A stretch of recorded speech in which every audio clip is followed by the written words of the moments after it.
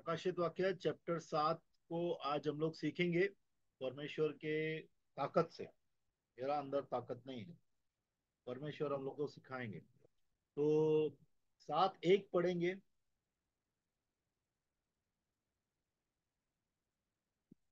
के बाद मैंने पृथ्वी के चारों चारों कोनों पर चार स्वर्गदूत खड़े देखे। वे पृथ्वी की चारों हवाओं को थामे हुए थे, ताकि पृथ्वी या समुद्र या किसी पेड़ पर हवा न चले। अभी यहाँ पे जो है 4 स्वर्गदूत है। अभी 6 हम लोग ने 6 चैप्टर में क्या देखा कि 6 मोहरें खोली है, बराबर। और 6 मोहरें खोलने के बाद 6 और 7 के बीच में, साथ में ट्रम्पेट मतलब तुरई की जो जजमेंट्स है, तुरई की जो न्याय है परमेश्वर के, वो आने वाले हैं महासत्ताओं के। ठीक है, तो यहाँ पे परमेश्वर क्या बोलता है, ये जो 4 एंजल्स है, 4 स्वर्गदूत है, वो चार तरफ से हवाओं को रोके हुए है। इसका मतलब क्या है, देखो, आपने सुना है हवा बदली हो गई, अभी गला खराब हवा चल रही है, ऐसा हम लोग बोलते हैं। तो ये एटमॉस्फेयर के बारे में या वातावरण के बारे में नहीं बोल रहा है प्रभु, कि इससे पहले कि परमेश्वर अपने न्याय चालू करे। ठीक है, न्याय चालू करने के पहले परमेश्वर अपने दासों को सील करना चाहता है, मतलब कि मेरे दासों के ऊपर कोई भी आपदा नहीं आए, कोई भी विपत्ति नहीं आएगी। क्योंकि परमेश्वर की जो सील है, परमेश्वर की मुहर है, वो उनके सरों में लगी रहेगी। वे सील जो है लिटरल सील है, ये ऐसा ही कुछ चिप वगैरह नहीं है। जैसा कि एंटी क्राइस्ट का जो है, एंटी क्राइस्ट क्रिस्तु विरोधी कितने लोग बोल रहे हैं कि वो चिप देगा अपना। चिप मतलब जो आप जैसे कि कंप्यूटर में चिप लगता है, या आपका मोबाइल में भी एक चिप लगता है। ठीक है, वैसा ही वो पूरे के पूरे दुनिया को एक चिप देने वाला, एक नंबर देने वाला है। लेकिन ये वो नहीं है, ये जो है ये परमेश्वर का मार्क है, परमेश्वर का चिन्ह है।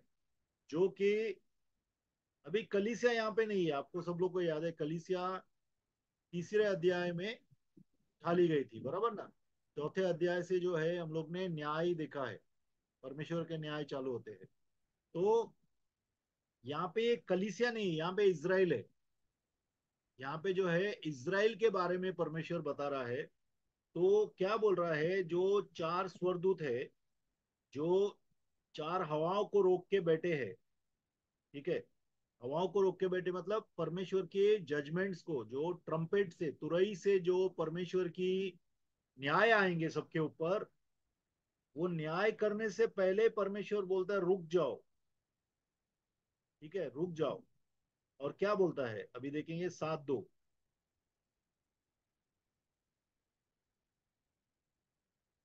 पढ़ेंगे 7:2।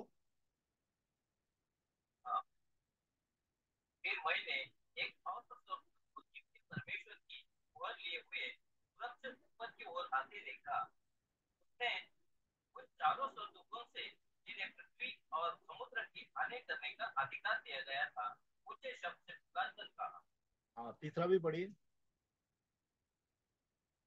जब तक हम अपने परमेश्वर के दासों के माथे पर मुहर न लगा दे, तब तक पृथ्वी और समुद्र और पेड़ों की हानि न पहुंचाना। हाँ, अभी यहाँ पे क्या है, एक स्वर्गदूत जो इनके ऊपर है। ठीक है, 4 स्वर्गदूत जो हैं वो तुरई फूक के एक एक करके न्याय लाने वाले, परमेश्वर की तरफ से पूरी दुनिया के ऊपर। तो न्याय लाने से पहले परमेश्वर इज़राइल के देश को, उसके 12 गोत्रों को परमेश्वर क्या करता है, अपने मार्क से, अपने सील से, अपने मुहर से प्रभु उनको मुहर देता है। अभी ये लिटरल मार्क है, एक्चुअल मुहर है। ठीक है, जो क्लियर है। ठीक है, ये ऐसा ही नहीं है कि मुहर कोई कोई स्टिकर लगा होगा या ऐसा कुछ नहीं है। ठीक है, और परमेश्वर ने स्पेशल डायरेक्शन दिया है कि मेरे लोगों को पहला तुम मुहर लगा दो, दासों को, खास करके परमेश्वर के दास हैं ये, मुहर लगा दो कि ये जो महासताव होने वाला है अभी, इसका असर ये लोग के ऊपर नहीं होगा। ठीक है, ये बचाए जाएंगे, इनको प्रोटेक्शन रहेगा। यहाँ पे क्लियर बोल रहा है कि धरती को, समुन्दर को, पेड़ों को तुम कुछ भी तकलीफ, ये कोई भी नष्ट नहीं करना उनको, जब तक कि मेरे दासों को मैं उनके सर पे खुद का मार्क नहीं दे दूं। तो परमेश्वर का प्रोटेक्शन रहता है, परमेश्वर का एक सुरक्षा रहती है परमेश्वर के दासों के ऊपर।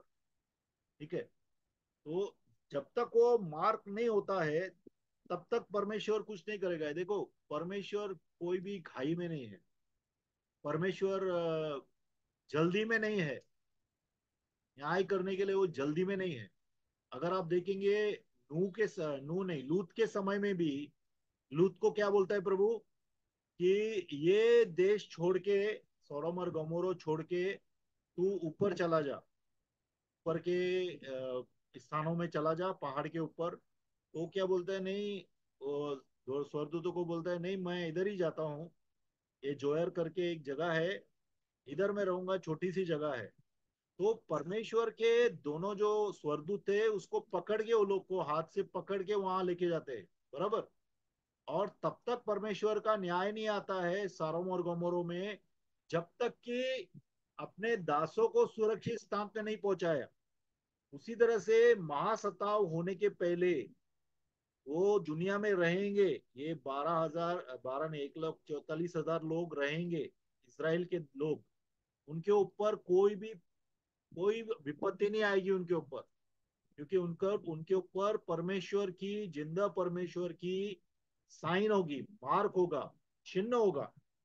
इसके लिए कोई विपत्ति उनके ऊपर नहीं पड़ेगी। अभी आप एक बात सोचिए कि हमारे ऊपर कितनी सुरक्षा है प्रभु की। देखो, जैसा भजन संहिता 91 में लिखा है, ये महामारी, मरी, झुलस, या कोई भी ऐसी फ्लड, ठीक है, पेस्टिलेंस, या रात का जो अंधेरा है, वो तुझे सताएगा नहीं। क्यों? क्योंकि परमेश्वर जो है हमारे ऊपर एक मार्क लगा के रखा है। परमेश्वर का उपस्थिति हमारे अंदर है, जिसके कारण बहुत सी आपदाएं हमारे आजू बाजू से निकल जाएंगी, लेकिन हम लोग को छू नहीं पाएंगे। वैसे ही यहाँ पे परमेश्वर ने 1,44,000 इज़राइल के जो उसके दास हैं उनको प्रभु सील करता है। अभी देखो, आ, हम लोग ने देखा कि चौथे अध्याय के चालू होने से पहले कलीसिया उठा लिया गया है। अभी ये लोग जो इज़राइल के लोग हैं, ये यीशु में बहुत जल्दी आए हैं, और वो लोग सेवा भी कर रहे हैं। ठीक है, और बराबर, देखो ट्राइब्स आजकल मिक्स हैं। आप इसराइल में देखेंगे तो सब ट्राइब मिक्स हो गए हैं, आपस में साथ में रहते हैं। अब ऐसा नहीं बोल सकते कि यहाँ पे जूडा रह रहा है, यहाँ पे इफ्राइम रह रहा है, यहाँ पे मनासे रह रहा है, वहां पे यहाँ पे लेवी रह रहे हैं, ऐसा बोल नहीं सकते आप। सब मिक्स हैं। लेकिन सील जब भी करते हैं, स्वर्गदूतों को मालूम है, एक एक ट्राइब से वो लोग ने बराबर सील किया है। अभी 12,000 लोग जो है, एक एक गोत्र से, जो इसराइल के गोत्र है, 13 गोत्र है। इसराइल के 13 गोत्र है, 13 गोत्रों में से 12 गोत्रों को प्रभु सील करता है। ठीक है, सिर्फ डैन करके, इंग्लिश में डैन बोलते हैं, हिंदी में मुझे पता नहीं है, डैन करके जो गोत्र है उसको ये लोग सील नहीं करते हैं। एक बार अपन पढ़ लेंगे, 5 से लेके सीलिंग चलता है कभी तक 8 तक। ठीक है, 5 से लेके 8 तक एक बार पढ़ लेंगे। और जिन पर मुहर दी गई, मैंने उनकी गिनती सुनी कि इज़राइल के संतानों के सब गोत्रों में से 1,44,000 पर मुहर दी गई। हाँ, यहूदा के गोत्र से 12,000 पर मुहर दी गई, रूबेन के गोत्र में से 12,000 पर, गाद के गोत्र में से 12,000 पर, आशेर के गोत्र में से 12,000 पर, नप्ताली के गोत्र में से 12,000 पर, मनशे के गोत्र में से 12,000 पर, शमोन के गोत्र में से 12,000 पर, लेवी के गोत्र में से 12,000 पर, इस्साकार के गोत्र में से 12,000 पर, जबूलून के गोत्र में से 12,000 पर, यूसुफ के गोत्र में से 12,000 पर और बिन्यामीन के गोत्र में से 12,000 पर मुहर दी गई। अभी यहाँ पे 1,44,000 लोग हैं। 12,000 जो है एक एक गोत्र से चुने गए हैं। और उसमें दान का जो डैन डैन का जो है वो गोत्र नहीं है। अभी कितने लोग क्या बोलते हैं कि डैन, अगर आप देखेंगे जजेस में, न्यायों की किताब में, तो अंत में लिखा है कि जो डैन करके, आ, हिंदी में क्या बोलते हैं, डैन बोलते हैं, दान क्या बोलते हैं, दान बोलते हैं, डैन बोलते हैं। ठीक है, हम लोग डैन बोलते हैं, ठीक है। तो न्यायों में लिखा है कि डैन का जो गोत्र था वो इजरायलियों के बीच में जो है मूर्ति पूजा लेके आता है। तो कितने लोग क्या इंटरप्रेटर्स बोलते हैं कि इसके लिए उनका गोत्र यहाँ पे लिखा हुआ नहीं है, लेकिन ऐसा नहीं है। डैन के भी लोग जो है उस वक्त कोई भी सेवा में नहीं था। ठीक है, डैन के गोत्र में से कोई भी सेवा में नहीं था, इसके लिए वहां पे लिखा हुआ नहीं है। लेकिन बाद में वो लोग में से भी कितने लोग बचाए गए, नया जन्म प्राप्त किया उन्होंने। ठीक है। और एक मजे की बात है कि लेवी का नाम लिखा गया है अलग से। यूजुअली लेवी का नाम लिखा नहीं जाता है। तो लेवी क्योंकि है ही सेवक, कितने लोग सेवक थे पहले भी। ठीक है, लेवी का पूरा सेवा का गोत्र था। वो पूरे इज़राइल के लिए परमेश्वर के सामने याजक बन के सेवा करते थे। ठीक है, लेवी के लोग, तो लेवी का गोत्र है। और ये जो है 1,44,000, ये लोग ट्रिबुलेशन संत जो है, महा ट्रिबुलेशन, जब भी महासताव होगा, तो इनके ऊपर जो है परमेश्वर का सील होगा, परमेश्वर का इनके ऊपर क्या होगा, मोहर होगी। इसके कारण ये बिल्कुल मारे नहीं जाएंगे, इनको कुछ भी तकलीफ नहीं होने वाली है। प्रभु इनको सुरक्षित रखेंगे। और इनको एक साथ प्रभु जो है 1,44,000 जो है लोगों को परमेश्वर उनके शरीरों सहित स्वर्ग में ट्रांसलेट करके लेके जाएगा। क्योंकि ऐसा लिखा है, अगर आप देखेंगे प्रकाशित वाक्य 14:1-5 में लिखा है कि 1,44,000 जो है वो डायरेक्टली स्वर्ग में दिखाई देते हैं। फिर स्वर्ग में उसको ट्रांसलेशन मालूम है आपको क्या है? ट्रांसलेशन मतलब रूपांतरण, रूपांतर करना। जैसा फिलिप को प्रभु ने रूपांतर किया, जैसा एलिया को प्रभु ने कितना बार रूपांतर किया, एक जगह से दूसरी जगह बॉडी के साथ प्रभु लेके जाते थे उसको। उसी तरह से 1,44,000 जो ये, जिसको मेल चाइल्ड भी बोलते हैं, मेल चाइल्ड, 1,44,000 लोगों को प्रभु डायरेक्टली स्वर्ग में लेके जाएगा। अभी ये लोग क्या सेवा कर रहे हैं कितने लोगों को मालूम मालूम नहीं, लेकिन मुझे ऐसा लगता है कि ये लोग इवेंजलिस्ट है। ये लोग पूरे के पूरे वर्ल्ड में परमेश्वर की सेवा करेंगे, इज़राइल के। और ये इज़राइल है। देखो कलीसिया अभी नहीं है यहाँ पे धरती पे, कलीसिया नहीं है, क्योंकि धरती पे नहीं है, स्वर्ग में पहुंच गई है। ठीक है। अभी इसमें क्या क्या रहेगा, एक तो महासत्ताओं में बहुत से संत लोग बचाए जाएंगे।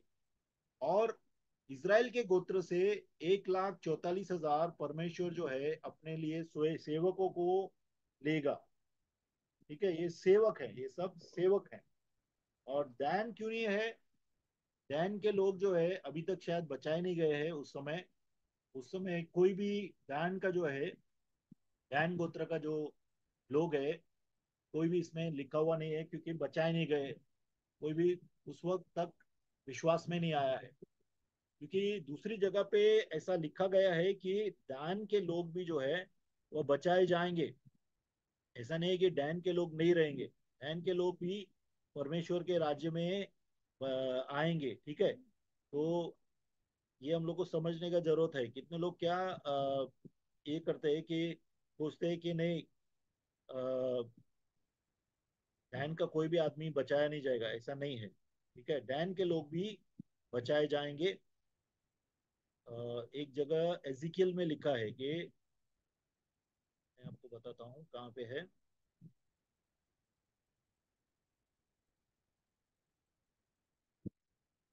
बताता हूँ, क्योंकि डैन के भी लोग जो है वो बचाए जाते हैं, ऐसा नहीं है कि नहीं है। Just give you reference. हाँ, एजिकियल 48 में अगर आप देखेंगे तो मिलीनियल मिनीलियल में रोल कॉल में डैन ट्राइब लिखा हुआ है। एजिकियल 48 में जो 1000 साल का परमेश्वर का राज्य रहेगा, उसमें डैन का भी विवरण है।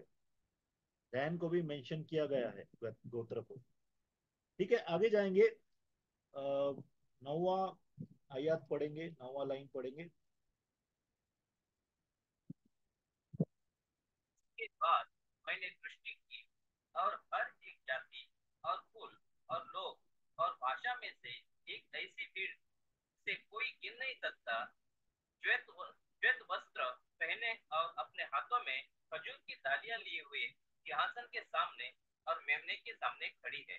हाँ, अभी यहाँ पे जो 7-9 में लिखा है, इसमें महासत्ताओं के समय बहुत से संत लोग बचाए जाएंगे, और ज्यादातर संत लोग जो रहेंगे वो मार्टरों के, मतलब के रक्त साक्षी से बचाए जाएंगे। बहुत से लोगों के सर उड़ाए जाएंगे, सर काटे जाएंगे। बहुत से लोग मर के परमेश्वर के राज्य में आएंगे, ये सब वो बताते हैं। और ये जो है, ये जाति जाति के लोग हैं, एक लोग नहीं है, एक ही जगह के नहीं है। देखो, पूरे जाति के, अगर एक बार फिर से पढ़ेंगे।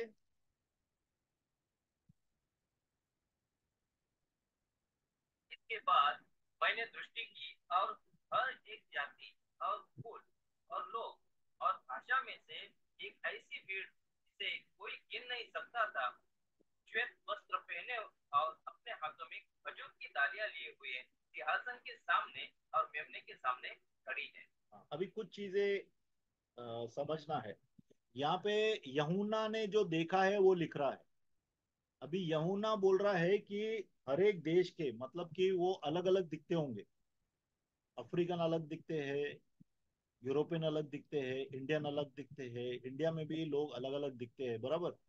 तो यहाँ पे यमुना पहचान सकता है कि देश देश के लोग आए हैं, भाषा भाषा के लोग आए हैं, क्योंकि अपनी भाषा में शायद बात करते होंगे तो उसको समझ में आया, भाषा भाषा के लोग हैं। ठीक है। और ये सब लोग जो है सब अन्य जाति के लोग, जो महासत्ताओं में अन्य जाति के लोग बचाए जाएंगे, ये सब वो लोग है। ठीक है। और वो लोग परमेश्वर के सिंहासन के सामने खड़े होंगे, और पिता और पुत्र के सामने खड़े होंगे, और सफेद कपड़ों में होंगे। अभी सफेद कपड़े पहने हैं दो चीजों के लिए, एक तो परमेश्वर यीशु की धार्मिकता हमारे सफेद कपड़े हैं, और दूसरा सफेद कपड़े हम लोग पहनते हैं जब परमेश्वर के लिए हम लोग सेवकाई करते हैं। अभी मैं कलीसिया के बारे में नहीं बोल रहा हूँ, इतने लोग सफेद कपड़े पहन के कलीसिया में आते हैं, वो नहीं बोल रहा हूँ। ये श्वेत कपड़े जो है, ये परमेश्वर की भवन में सेवा कर रहे हैं वो लोग उधर, इसके लिए सफेद कपड़े पहने हैं। और सबके हाथों में पाम ब्रांचेस है। पाम की, पाम हिंदी में क्या बोल रहे हैं पाम को? खजूर। हाँ, खजूर के ब्रांचेस है। इसका मतलब क्या है? देखो, कितने लोग पाम संडे मनाते हैं, बराबर। जब ये यीशु मसीह का गुड फ्राइडे का पहले एक पाम संडे रहता है, तो पाम संडे में सब लोग क्या करते हैं, खजूर की ब्रांचेस लेके जाते हैं कलीसिया में। तो पाम ब्रांचेस जो है पुराने समय में, ये इसका संकेत है कि ये सब लोग विजयी होके आए हैं। ये लोग ऐसे ही नहीं आए हैं, ये लोग विजयी होके आए हैं, मर के आए हैं, जय पा के आए हैं। इसके लिए इनके हाथ में पाम ब्रांचेस है, मतलब जय का एक किस्म के से फ्लैग है हाथ में। क्योंकि पुराने समय में जब भी जैतून खजूर का जो ये लेते थे, डालियां लेते थे, इसका मतलब है कि Triumph, Triumph victory, triumphant victory, मतलब जय पाए हुए लोग या विजय पाए हुए लोग किसी देश के ऊपर, वो लोग ऐसे आते थे। ठीक है। अभी ऐसा नहीं है कि कुड नॉट बी नंबर्ड। अभी बहुत लोग अगर आए तो हम लोग क्या बोलते हैं, बहुत बड़ी भीड़ आई, कोई गिन नहीं सकता इतनी बड़ी भीड़ आई। अभी गिनने जाएंगे तो अपन गिन सकते हैं, लेकिन अपने सामने से इतने लोग आए, अनगिनत लोग, वैसा बोल रहा है वो, क्योंकि यमुना देख रहा है ये सब। तो यमुना बोल रहा है कि बहुत से लोग उसको दिखाई दिए, ठीक है, जिनके हाथों में पाम का खजूर के ब्रांचेस थे, ठीक है। और ये कभी हो रहा है, 350 3 साल, 3.5 साल, महासत्ताओं के 3.5 साल में ये सब हो रहा है, ठीक है। आगे देखेंगे 10वां वचन।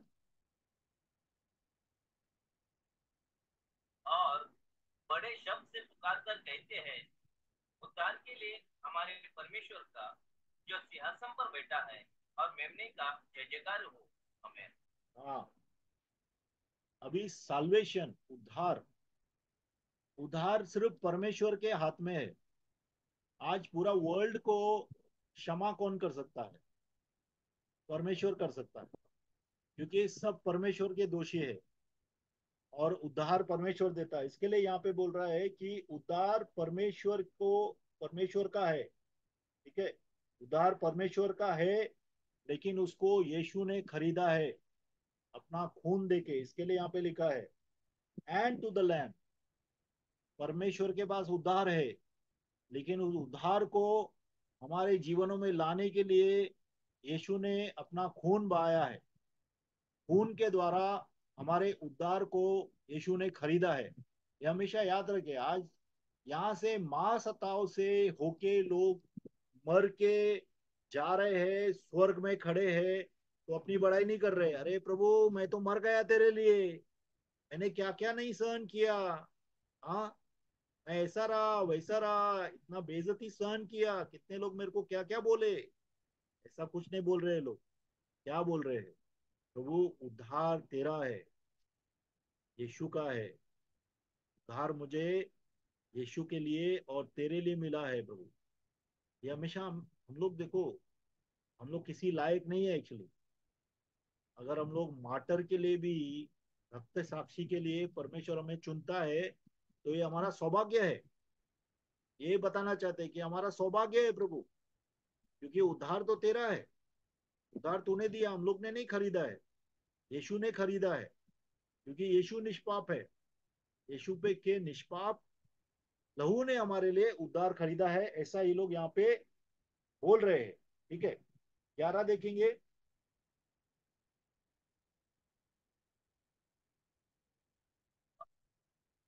और सारे स्वर्गदूत उस सिंहासन और प्राचीनों और चारों प्राणियों के चारों ओर खड़े हैं। फिर वे सिंहासन के सामने मुंह के बल गिर पड़े और परमेश्वर को दंडवत करके कहा, आमीन। हमारे परमेश्वर की स्तुति, महिमा, ज्ञान, धन्यवाद, आदर, सामर्थ्य और शक्ति युगानुयुग बनी रहे। आमीन। हाँ, अभी देखिए यहाँ पे सब स्वर्गदूत है, इन्यूमरेबल स्वर्गदूत, बहुत से स्वर्गदूत है जो हमारी सेवा करते हैं। प्रभु परमेश्वर की सेवा करते हैं, परमेश्वर के आज्ञा पे हमारी भी सेवा करते हैं। जो परमेश्वर के थ्रोन, परमेश्वर के तख्त के चारों तरफ है, परमेश्वर के सिंहासन के चारों तरफ है। और वो 24 एल्डर्स हैं, 24 जो प्रौढ़ थे, वो भी चारों तरफ है। और जो जीवन जीवित प्राणी है वो लोग भी चारों तरफ है। और सब लोग जो है अपने सर मुंह के बल गिरते हैं, और मतलब अपना सर झुकाते हैं परमेश्वर के सामने, और वर्शिप करते हैं, प्रभु की आराधना करते हैं। और बहुत ही अच्छा लगता है जब आप परमेश्वर की उपस्थिति में अपने सर को झुकाते हैं परमेश्वर के सामने। बहुत अच्छा लगता है। और क्या बोलते हैं वो लोग? वो लोग बोलते हैं कि प्रभु ब्लेसिंग और सारे आशीर्वाद, मतलब सारा आशीष, महिमा, मतलब तेरा स्तुति, आराधना और विजडम, परमेश्वर तू सर्वज्ञानी है। और धन्यवाद, क्योंकि परमेश्वर सर्वज्ञानी है, हमें बचाया, इसके लिए प्रभु हम धन्यवाद देते हैं। और प्रभु तेरा रेपुटेशन है, ऑनर, तुझे ऑनर देते हैं, तुझे आदर देते हैं, क्योंकि परमेश्वर का रेपुटेशन है। परमेश्वर का रेपुटेशन सब जगह, ऑनर, परमेश्वर का आदर सब जगह चलता है। उसके सामने बड़े से बड़ा शैतान सर झुकाता है। इसके लिए प्रभु तेरे को आदर। और तू ओमनीपोटेंट, सर्व सामर्थी है, सर्वज्ञता है और तेरी ताकत है, ऐसा बोल के वो लोग आमेन करते हैं। ठीक है, कितना बार हम लोग को परमेश्वर के गुणों को, आप जब प्रार्थना करते हैं कितने लोग, तो आप क्या करना चाहिए कि परमेश्वर का वचन को प्रार्थना में इस्तेमाल करना चाहिए। जब जब आप प्रार्थना करते हैं, परमेश्वर के वचन को इस्तेमाल करो। सिर्फ अपने दिल से हम लोग प्रार्थना करते हैं ऐसा नहीं हो। परमेश्वर के वचन को जब आप मिक्स करते हैं अपने प्रार्थनाओं में, तो आपकी प्रार्थनाएं बलशाली हो जाती है। परमेश्वर ने जो वचन बोला है वही वचन हम जब इस्तेमाल करते हैं, तो हम बहुत बल पाते हैं।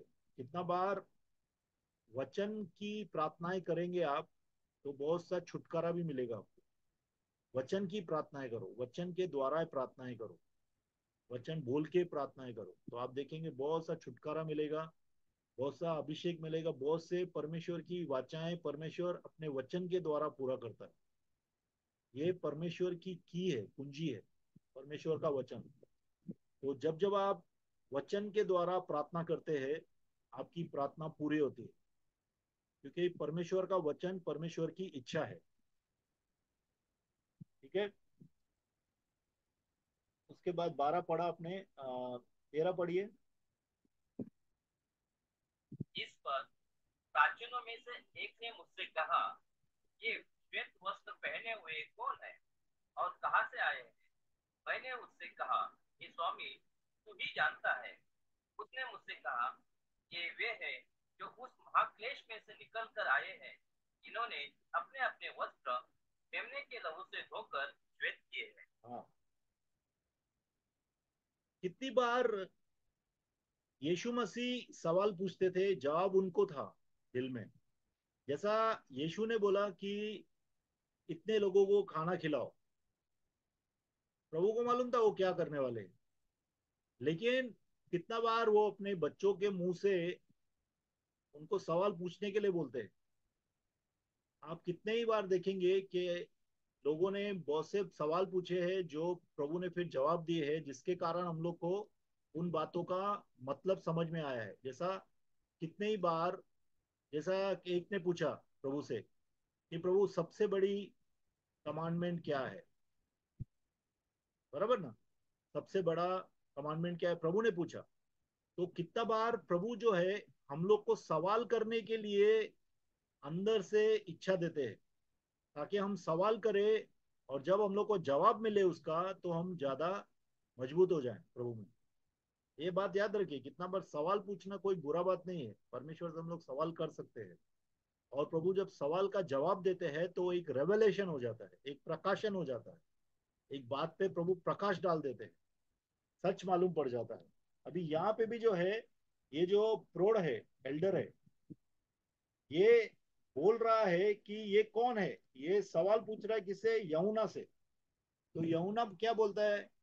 यमुना उसको जवाब नहीं देता है। यमुना बोलता है कि तुझे मालूम, तू बता। मतलब एक्चुअली वो प्रौढ़ उसको बताना चाहता है कि ये कौन है, क्योंकि उसको मालूम है कि यमुना में से पूछ नहीं रहा है, लेकिन ये सवाल उसको पूछना चाहिए, ये लोग कौन है। ठीक है, तो बताता है कि ये जो है मां सत्ताओं से लोग रक्त साक्षी के द्वारा बाहर आए हैं, जिन्होंने अपने रोब्स, मतलब अपने कपड़ों को यीशु के लहू से धोया है। अपने कपड़े क्या है? हमारे कपड़े जो है हमारे काम है। वचन में लिखा है एक जगह पे कि हमारे किए हुए काम हमारे कपड़े हैं। इसके लिए प्रभु बोलता है कि तेरे काम जो है, तेरे कपड़े जो है वो मैले कुचले फटे हुए हैं, क्योंकि हमारे काम ऐसे है, मैले कुचले फटे हुए। लेकिन जब यीशु के लहू के द्वारा शुद्ध हो जाते हैं, तो वो धार्मिकता बन जाते हैं। इसके लिए यहाँ पे लिखा है कि उन्होंने अपने कपड़ों को, अपने कामों को यीशु के लहू के द्वारा धो के श्वेत बनाया है, साफ बनाया है। इसके लिए साफ कपड़े वो लोग पहन के खड़े हैं, स्वर्ग में खड़े हैं। ये सब अन्य जाति के लोग जो महासताव से आए हैं, तो श्वेत कपड़े पहने हुए खड़े हैं, क्योंकि यीशु के लहू के द्वारा उनके कपड़े श्वेत हुए, उनके काम श्वेत हुए हैं, उनके जीवन श्वेत हुए हैं, साफ हुए हैं। ठीक है। अब 15 देखेंगे। इसी कारण वे परमेश्वर के सिंहासन के सामने हैं और मंदिर में दिन रात उसकी सेवा करते हैं। और जो सिंहासन पर बैठा है वह वह उनके ऊपर अपना सब कुछ जानेगा। हाँ, 16 भी पढ़िए, 16-17 तक पढ़िए। वे फिर के और कैसे न होंगे, और न उन पर तो न कोई सफल पड़ेगी, क्योंकि मेमना जो सिंहासन के बीच में है उनकी रखवाली करेगा और उन्हें जीवन रूपी जल के स्रोतों के पास ले जाया करेगा, और परमेश्वर उनकी आंखों के सब आंसू पोंछ डालेगा। आमीन। हालेलुया। अभी देखिए यहाँ पे जो है, सबसे पहले तो जो जो रिडीम्ड है, रिडीम का मतलब जो बचाए गए, खरीदे हुए परमेश्वर के लोग हैं। हम लोग ऐसे ही फ्री में नहीं आए हैं, हम लोग को प्रभु ने खरीदा है। प्रभु ने हम लोग को मोल लिया है। रिडीम का मतलब है मोल लिया है। तो हम लोग को मोल लेके प्रभु ने बाहर निकाला है। तो हमारे ऊपर बहुत सी आशीषें हैं। आने वाले समय में भी हमारे ऊपर बहुत सी आशीषें आएंगी, और परमेश्वर के दया का जो सिंहासन है वो कभी भी बंद नहीं होगा। हमेशा याद रखिए, परमेश्वर का सिंहासन जो है, दया का सिंहासन, हमेशा खुला रहता है। ठीक है, वो कोई भी हो, अन्य जाति वाले हो, यहूदी हो, सबके लिए परमेश्वर का सिंहासन खुला रहता है। जो भी परमेश्वर के नाम को पुकारेगा उसका उद्धार होगा। तो 10 चीजों, 10 हमारे ऊपर आशीषें हैं। प्रकाशित वाक्य 7:15 और 15 से लेके 17 तक अगर आप देखेंगे, तो एक तो है कि परमेश्वर के सिंहासन के सामने हमेशा हम लोग खड़े रहेंगे। परमेश्वर के सिंहासन के सामने कौन खड़ा रहता है? राजा के सामने उसके वजीर खड़े रहते हैं, उसकी सेना खड़ी रहती है, बराबर। उसी तरह से हम परमेश्वर के सिंहासन के सामने खड़े रहेंगे हमेशा। ठीक है। और रिडीम्ड में कौन कौन आता है? छुड़ाए हुए लोग कौन कौन है? देखो, छुड़ाए हुए लोग, एक तो कलीसिया है, दूसरा 1,44,000 लोग है। ठीक है, जो यहाँ पे लिखा मेल चाइल्ड, जो इसराइल के लोग है। और महासत्ताओं से बहुत से संत लोग छुड़ा के प्रभु उनको लेके आएगा, वो है। ठीक है, तो रिडीम्ड में ये सब लोग आते हैं, जो बचाए हुए लोग हैं, ये सब लोग हैं। ठीक है। और ये सब लोग का पहला आशीष है कि वो परमेश्वर के सामने खड़े रहेंगे। वर्ष 15 में लिखा है। और वो लोग दिन रात परमेश्वर की सेवा करेंगे। अभी आप कितने लोग बोलेंगे, अरे दिन रात 24/7 अगर सेवा करेंगे तो हम लोग तो थक जाएंगे।